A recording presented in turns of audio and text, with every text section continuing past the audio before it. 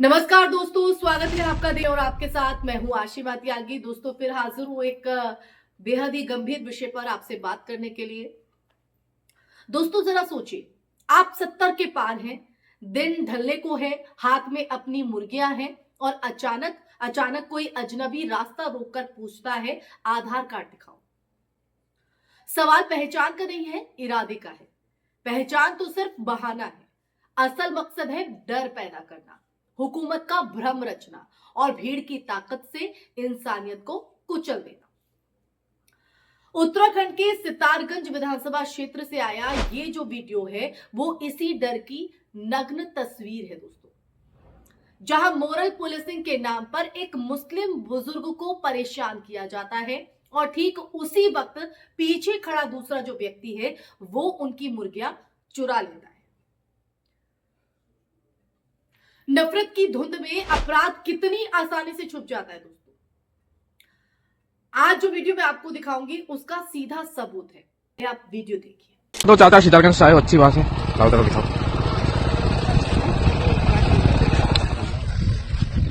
दिखाओ दिखाओ चाचा। आधार कार्ड तो रह गया। मंगवाओ घर से, व्यापार करियो, अच्छी बात है, लेकिन सामान पूरा रखो।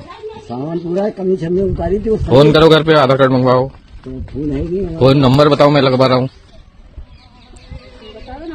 घर का नंबर बताओ, मैं अपने फोन पे मंगवा रहा हूँ। ये भी एक चाचा आज आए हैं मुर्गी बेचने के लिए। देखो आधार कार्ड लाया नहीं है, सीतारगंज का बता रहा है। मुझे लग नहीं रहा है इनका आधार कार्ड सीतारगंज का है। मुझे आधार कार्ड चाहिए, नहीं चालान करवाऊंगा। मैं भी पुलिस वाले को बुलाऊंगा। चाचा घर का आधार कार्ड मंगवाओ पहले। तो बहुत कांड हो रहा है ना इधर। सही सही बताओ कहाँ का हो, बताओ। सीतारगंज। तो फिर नंबर बताओ घर का, मैं फोन कर रहा हूँ। नंबर खुद का नहीं पता है। कोई डायरी वगैरह नहीं है ना, लड़के का भी नंबर है, हमारा भी है। हाँ, और शमशाद के फार्म पर से है। शमशाद का हो चाहे जिसका हो, हमें कोई मतलब नहीं। आधार कार्ड मंगवाओ, ठीक है। आप आधार कार्ड मंगवाओ। तो वीडियो आपने देखा, अब घटना के विश्लेषण पर आते हैं। वीडियो में जो दिखता है दोस्तों वो सिर्फ एक व्यक्ति की गुंडागर्दी नहीं दिखी है, बल्कि एक संगठित मानसिकता का संकेत दिखा है। देखा ना आपने वीडियो। आधार कार्ड जो नागरिकता का प्रमाण है, उसे सड़क पर खड़े होकर जांचने का अधिकार आखिर किसने दिया? ना पुलिस ने, ना प्रशासन। फिर भी कुछ लोग खुद को कानून को ठेकेदार समझ बैठते हैं और वो सवाल करते हैं। और ये सब तब जब बुजुर्ग की उम्र, हालात और भय जो है वो साफ दिख रहा है। इस मोरल पुलिसिंग का नतीजा क्या हुआ दोस्तों? बुजुर्ग अपमानित हुए, भयभीत हुए और उनकी मुर्गियां चोरी हो गई। यानी नफरत ने अपराध को कवर कर दिया और अपराध ने नफरत को खात। अब पैटर्न की पहचान, ये कोई अकेली घटना नहीं है। इससे पहले काशीपुर शहर में एक कश्मीरी युवक के साथ मारपीट की घटना सामने आई थी दोस्तों। सवाल उठता है कि क्या ये अलग अलग घटनाएं हैं या एक ही सोच की कड़ियां? जब किसी की पहचान देखकर उसे रोका जाता है, पीटा जाता है, उसकी वैधता पर सवाल उठते हैं, तो ये संयोग नहीं, पैटर्न है। और ये वही पैटर्न है जिसमें राष्ट्रवाद का मुखौटा पहनकर भीड़ कानून अपने हाथ में ले लेती है और प्रशासन की चुप्पी उसे और साहसी बना देती है। और प्रशासन चुप क्यों रहता है? प्रशासन का काम चुप रहने का है क्या? प्रशासन का काम है कानून को रक्षा करना, कानून को अमली जामा पहनाना। और कानून की जब बात हो रही है तो बात आती है कानूनी और नैतिक संदर्भ की। भारत का संविधान हर नागरिक को गरिमा, स्वतंत्रता और समानता का अधिकार देता है। ये हमारे संविधान की खूबसूरती है।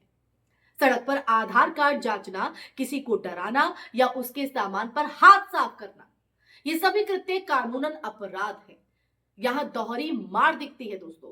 पहले पहचान के आधार पर मानसिक उत्पीड़न और फिर अवसर पाकर चोरी। ये दर्शाता है कि नफरत सिर्फ सामाजिक जहर नहीं बल्कि अपराध का औजार भी बन चुकी है। और ये नफरत कहां जाकर रुकेगी? और ये नफरत किस लिए दोस्तों? क्या वो इस देश का हिस्सा नहीं है? अब आते हैं प्रशासनिक जिम्मेदारी पर। उत्तराखंड पुलिस की भूमिका यहाँ पर निर्णायक हो जाती है। अगर ऐसे नफरती गैंग्स पर समय रहते कार्रवाई नहीं होती तो उधम सिंह नगर जिला नफरत की आग में झोंका जा सकता है।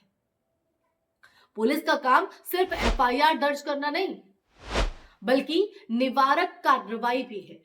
पेट्रोलिंग, पहचान आधारित उत्पीड़न पर सख्त चेतावनी और ऐसे वीडियो सामने आते ही त्वरित गिरफ्तारी।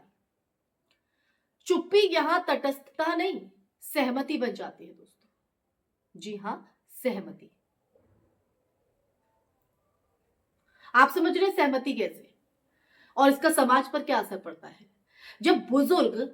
जब कोई बुजुर्ग डर के मारे बोल नहीं पाते, जब युवा अपनी पहचान छुपाने को मजबूर हो जाते हैं, तब समाज टूटता है। ये समाज पर प्रभाव पड़ता है, इम्पैक्ट पड़ता है। नफरत रोजमर्रा की जिंदगी में घुसकर छोटे अपराधों को बड़ा बनाती है। आज मुर्गियां चोरी हुई है, कल क्या होगा? ये सवाल सिर्फ पीड़ित का नहीं है, हर नागरिक का है। और वो हर नागरिक आप और हम भी हो सकते हैं। ऐसे में मीडिया और नागरिक जिम्मेदारी पर आते हैं दोस्तों। ऐसे मामलों में अगर मीडिया की भूमिका की अगर हम बात करें तो वो काफी अहम हो जाती है। सेंसेशनल हेडलाइन नहीं, तथ्य और संदर्भ और नागरिकों की जिम्मेदारी वीडियो रिकॉर्ड करना भर नहीं हो जाता है, बल्कि गवाह बनना होता है, शिकायत करना होता है और पीड़ित के साथ खड़ा भी होना होता है।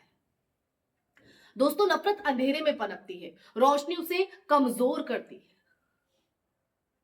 तो वो रोशनी लानी होगी, और वो रोशनी कैसे आएगी? हमारी जागरूकता से, हमारे सवाल पूछने से। ये वीडियो किसी एक बुजुर्ग की बेइज्जती की कहानी भर नहीं है दोस्तों, ये उस माहौल की तस्वीर भी है जहां नफरत रोजमर्रा का औजार बन चुकी है।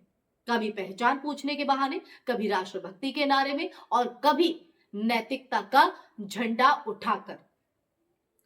जब सड़क पर खड़ा कोई व्यक्ति खुद को पुलिस समझने लगता है और असली पुलिस खामोश रहती है, तब कानून कमजोर नहीं होता, कमजोर होता है समाज का भरोसा। जी हां, आपका और हमारा भरोसा। तो हमें इसे कमजोर नहीं होने देना है। उधम सिंह नगर जैसे जिलों की पहचान मेहनत, खेती और साझी जिंदगी से बनी हुई है, ना कि डर और संदेह से।